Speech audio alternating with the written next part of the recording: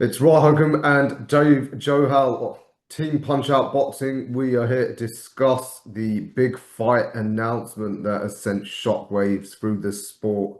Of course, Anthony Joshua has been announced to have accepted a fight with Jake Paul about exactly a month from today. Dave, I'm still reeling from the news. Is this actually real? Is this happening, or was it a nightmare that I haven't woken up from yet?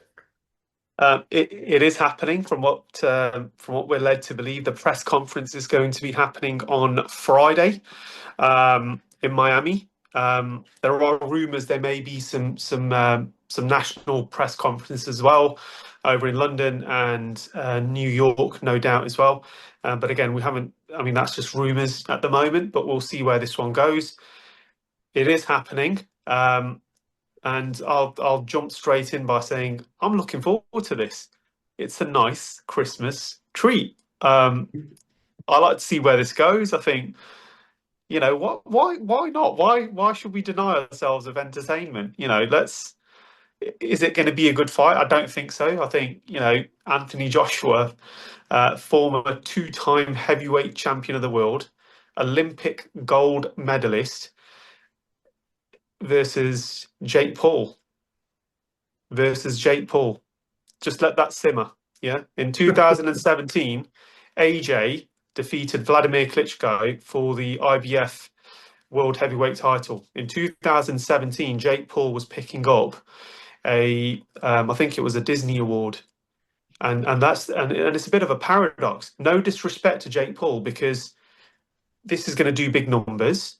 People that there is a crowd for what he does. Is he a good ambassador for the sport? Yes, because he's putting global eyes on boxing. I'm not a hater. I think this is just great entertainment. Is it going to be a good fight though? I don't think so. I think Anthony Joshua, if I'm being honest, like what he did with Francis Ngannou, lasted a round. Was it Raw? I forgot now. I mean, Two we've had two so many rounds. fights, Yeah. 2 rounds, and that ended in a devastating KO. And I expect the same here. But with Jake Paul, hats off to him for making this happen. Because is he mad for doing this? I mean, the thing that I find quite funny as well, though, is at one point he was going to fight Tank Davis, which Tank Davis is 7 weight classes below Anthony Joshua. So to jump up to heavyweight, it is strange, but I'm looking forward to this. I think it's going to be a great spectacle. I'm looking forward to see what the outcome is going to be of this as well, and I'm not cynical about it in terms of, yeah, I've it's happening, and why not? Why not Raw? Why not? We've had Floyd Mayweather versus Conor McGregor, which was the press week for that, one of the first press weeks I ever covered. Was It was fun. It was a bit of a media circus, but it was fun. Two worlds colliding. I'm looking forward to where this goes. What about yourself? I'll tell you why not, Dave. When there's car crashes, I don't stop there to gawp at the explosions. I call the police and the emergency services. That's why not. No, I mean I'm reeling from it, like I said. Um, Maybe because, I like Anthony Joshua, I've been a big fan of his, and it's disappointing that he would, I mean, the twice heavyweight champion of the world, who's still active as, Yes, and still purports to have ambitions to fight serious fights in the sport, and for him to lower that himself too.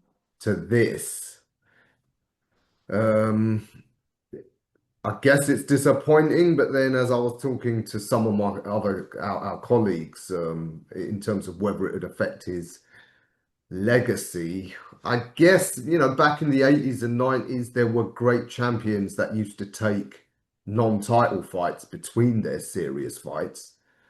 Is this that different from that? I guess not. It's just that there's that much more of a circus around it. Because what level is Jake Paul? He's sort of prospect slightly above journeyman level. And I guess when people like Julio Cesar Chavez and James Toney used to have their non-title fights between their world title fights, is that the level of guys they were fighting just to give, say, their hometown fans a spectacle? If you put it that way, yeah. Yeah, I mean, why do you think Jake Paul's doing this? If this really is a actual competitive full contact which bout, it is sanctioned as. It is sanctioned yeah, as 3 minute rounds. I believe it's an eight rounder, but yeah. it's 3 minute rounds with Queensbury rules. So The why ring would he do is, that? Because he's not a heavyweight. He has not fought anyone approaching the caliber of Anthony Joshua. I'm just baffled what he thinks he's getting out of this. Is it a case of his sales have sort of plummeted in recent fights so much that he's have Netflix pressured him into to tell him that, you know what, you want us to televise this, it's going to have to be something real with real professional danger. I mean, with that, okay, we can look at this in two ways. Why is he doing this? There's a lot of money on the table from, from what's allegedly been reported, a share of 70 million between AJ and Jake Paul. Money. Secondly, maybe he's interested in the challenge. He thinks, and it is a big challenge. Maybe he thinks there's something there that he can exploit. I mean, and again, just before we go into this, just to put it on record, I think that AJ will win by KO in devastating fashion. I Mm, think that's the way this is going to end. But here's something that Jake Paul said recently, and this has been the build up to the fight when the fight's announced. When I beat Anthony Joshua, every doubt disappears, and no one can deny me the opportunity to fight for a world title. To all my haters, this is what you wanted. This is what you wanted. So, I mean, that's a quote that he said. Um, and Anthony Joshua's um, opening remarks for when the fight was announced. I'll give you two.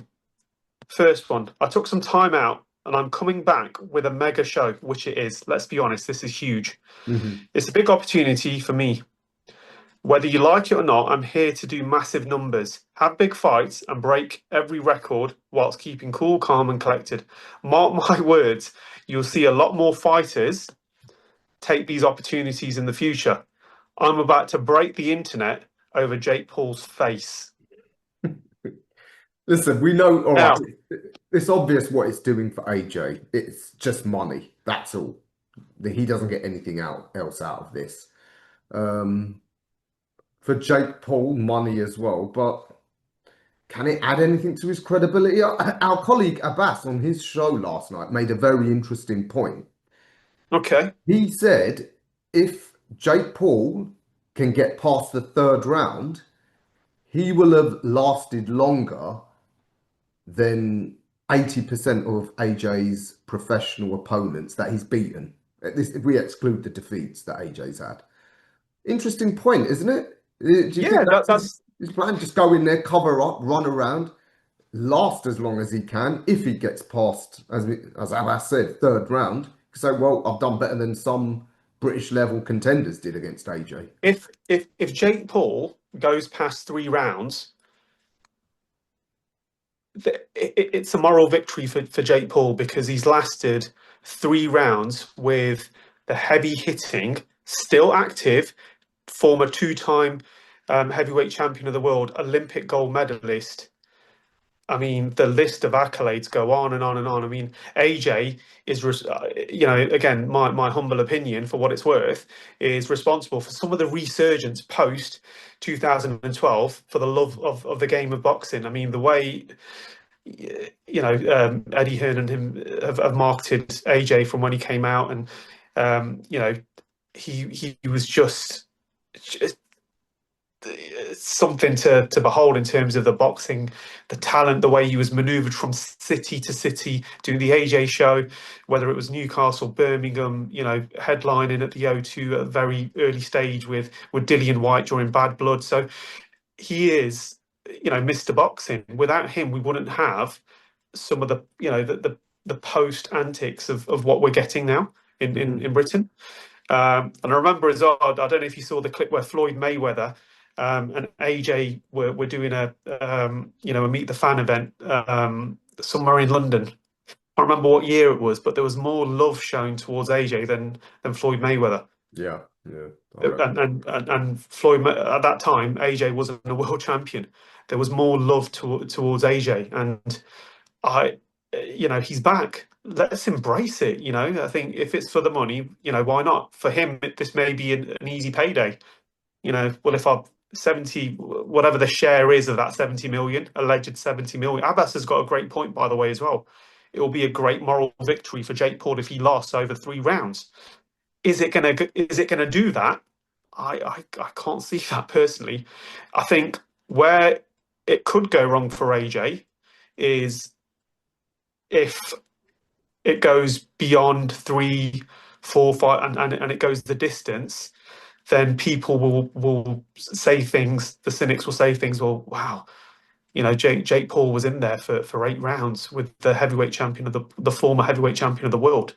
I don't fancy AJ's chances now against Tyson Fury or Fabio Wardley or Usyk again. And I mean, Usyk is on a different level. But let's just say Fabio Wardley, for example, that'll be a good fight now, and the cynics will jump in. So I think this is why it's important that AJ blasts him out of there early for his credibility and for the sport of boxing. What's your thoughts? I've got an alternative one. Maybe, just maybe, AJ's playing 4D chess. Maybe he's going to go in there, carry Jake Paul for a few rounds, look unimpressive to entice Tyson Fury to finally get in the ring with him. Because we know Tyson Fury likes to be very selective about when he fights guys. Maybe Tyson Fury wants to be absolutely sure in his mind that AJ is shot to bits so that he can go in there and blast AJ out because he could not live with getting knocked out by AJ.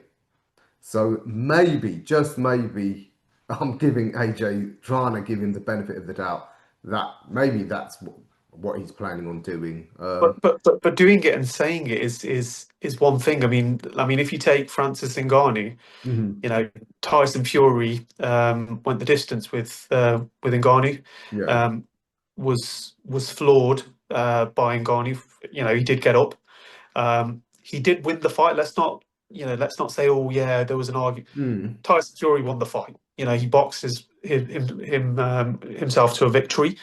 Um, but again, if that is the game, if that's the game plan, it's a very dangerous one. It's a very dangerous one because in this sport, if I can't see it, but I'll say, if he does get clipped, Jake Paul is a heavy hitter from what we've seen. I mean, he's an unknown quantity, isn't he, in terms of what what he does do. I mean, he looks like a big lad who can actually punch as well. I wouldn't want to Yeah, go but rounds I with think Jake Paul. Would you want to go rounds with Jake Paul, Rob? no, of course not. But I'm a puny featherweight. But Jake Paul is not a hard hitter by top level heavyweight No, standard. I no. mean, unless AJ stood there, closed his eyes, and let him hit him. I mean, if he's even just halfway switched on, Paul wouldn't even be able to land significantly in a way to affect AJ. But what do you think? If Paul really believes he's got a chance, do you think it's because the whole American boxing establishment have fed him with stories that look, AJ is mentally shot, he's got a glass skin? Yeah, Do you think he really possibly. believes that? I mean, we don't know what goes on in someone's head, but surely he's thinking he can beat him. Why else would he? I mean, seven. The money aside, it's dangerous going in there. Hmm. It could be. let's just look at it like, a novice against a professional heavyweight champion of the world. It could be dangerous. Boxing It, is not a it's a touch sport which can go violently, horribly wrong, and we've seen this in a few stages. So he must have that belief that he's going to win. Why else would he yeah. would he do this? I mean, he's not a sacrificial lamb, is he? He doesn't think he is, but if AJ hits him like he hit Ngannou, as you Yeah, said, that'd or be potentially very dangerous for his health. So yeah, or Vladimir Klitschko. When just imagine that uppercut that he delivered to Vladimir yeah, Klitschko. I mean, and you've got to eh, remember those two men we mentioned are naturally bigger than AJ. Paul is yes. essentially he's just it seems like his best fighting weight is 185 pounds. So he's between light heavyweight and cruiserweight. Um, Say Bridger. Let's yeah. say he is So a Bridger weight for argument's sake. he's he's not even big enough, let alone good enough to yeah, it's baffling. We've got to ask the early predictions. Actually, before we go on to the predictions, there's been a lot of talk about, could it be fixed, etc., etc. Me talking to people in the industry, say here in the UK, journeymen have privately admitted to me how sometimes a promoter will ask them if they've got a prospect who's a big ticket seller, like go easy on him. Now, in that situation, the promoter has leverage over the journeyman because they want to keep getting work. If the journeyman makes the mistake of going and knocking prospects out, they won't get the call anymore. That there isn't that same dynamic at play here, but No, I could there don't think be there is. something informal? Like maybe the purse is dependent on how many rounds it goes. That's a could there be something like that in place? Who knows? And we'll never be privy to that. But one thing I will say though, and again, this is only my opinion. Um, if Jake Paul gets blasted out 2, 3 rounds, whatever, he gets knocked out, there still be fights for him because one, he is the owner, the promoter of his own fights, which is MVP. So it doesn't the show doesn't end for him. He would say, "Do you know what? I lost to the two-time heavyweight champion of the world. What did you expect?" So it's a win-win for Jake Paul. Hmm. It's a win-win for him because he's got money in the bank. He's got future fights. He, like I said, carry on promoting what Jake Paul's done for the women's female boxing game is unbelievable. Is just amazing what he's doing with the female athletes over there and giving them some great paydays and championing 3 minute rounds, which I know that friend of the show, Mai Solomon, was one of the first to do that as well on 3 minute rounds, which she's told me on off camera as well. That's what she prefers. But again, these are things that still go on if even if he loses to AJ. So there is.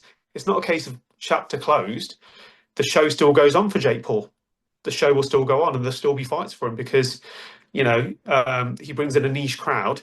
I think this will be the equivalent of two worlds colliding, and it reminds me of that hilarious and fantastic fight week where it's Conor McGregor versus Floyd Mayweather. I remember being at that fight week, and it was absolutely crazy. Some of these fans from MMA were they were holding up signs saying 49 and 1 and swearing at Floyd Mayweather and I remember asking one. I said, "Do you really think that he's gonna, Conor McGregor's gonna beat Floyd?" Yeah, you just watch what he's gonna do, and I think Floyd carried him. So it reminds me of like two worlds colliding like that, Yeah, and I'm looking forward to this spectacle because this will be a spectacle. It will be a circus. But I'll say one thing though in terms of the press conference, Jake Paul in any way he tries to slap or push Anthony Joshua, that will, yeah, I don't think AJ will take that. I think AJ will bite back. So let's see what happens at the press conference on Friday, the launch presser. I mean, for Eddie Hearn and Matchroom, they would have they've already spoke to AJ about this and said, look, the money's great. This is an easy payday.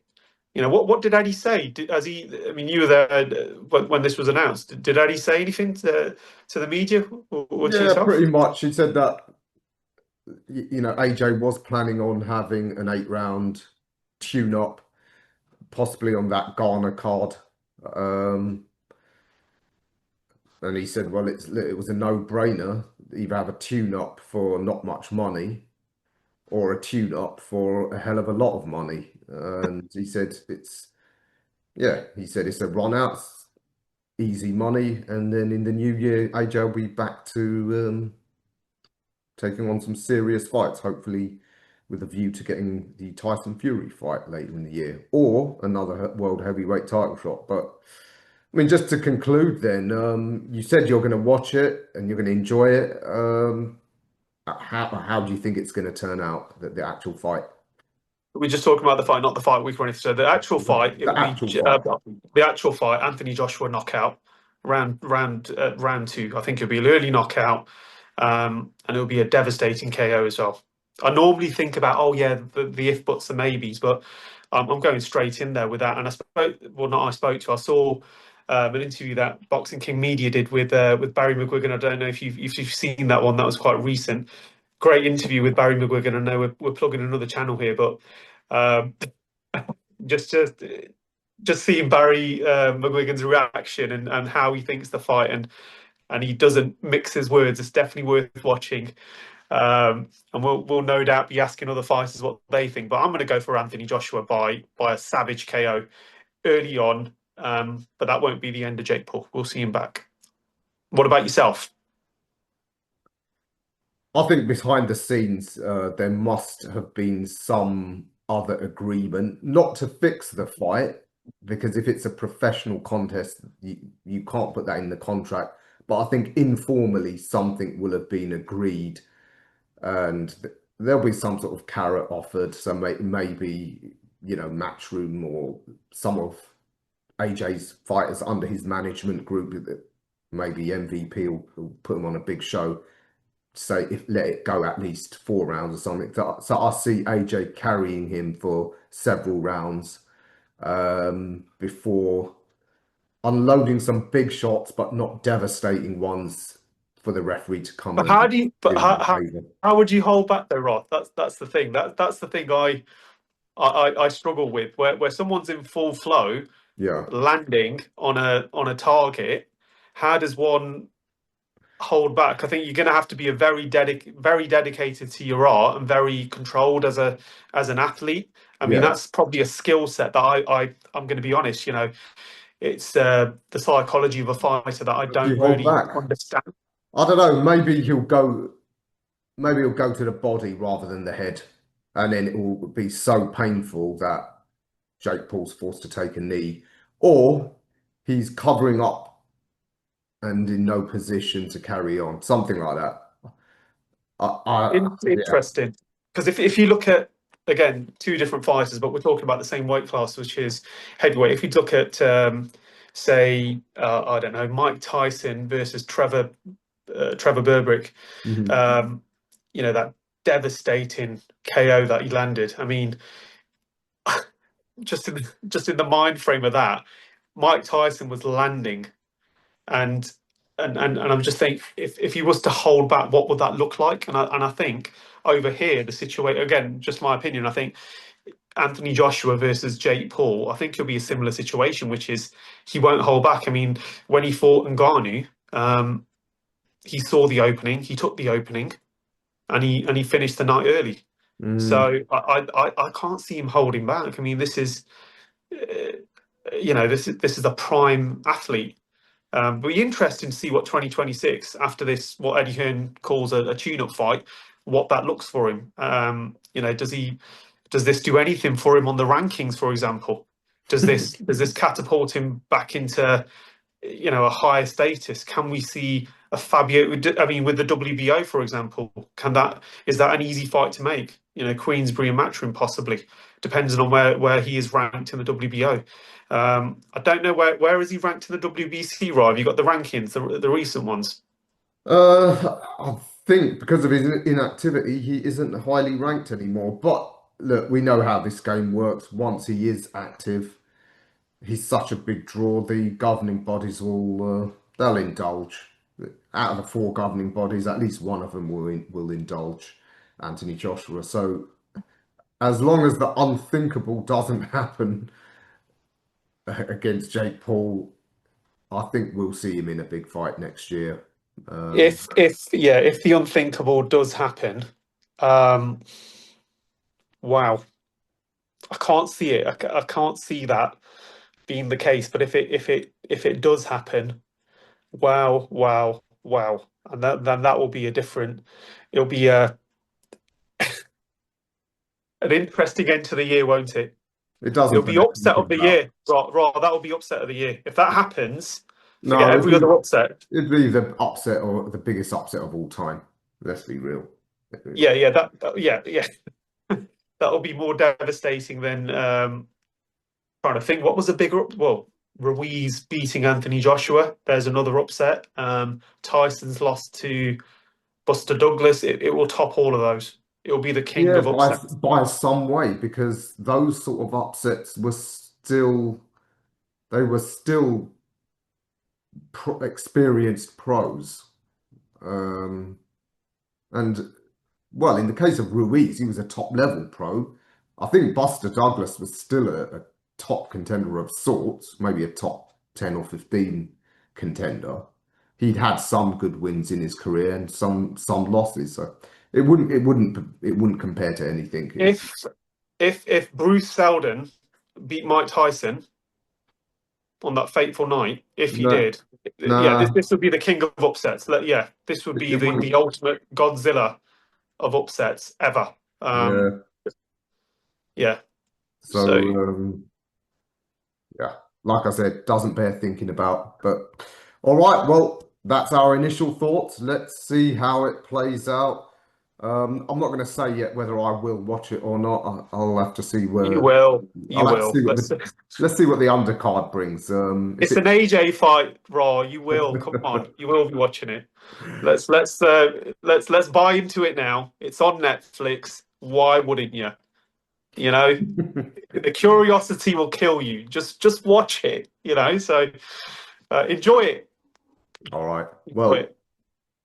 Dave, thanks for your thoughts on that, and fans, as ever, give your thoughts below and look out for the content over the weekend that we'll be bringing you.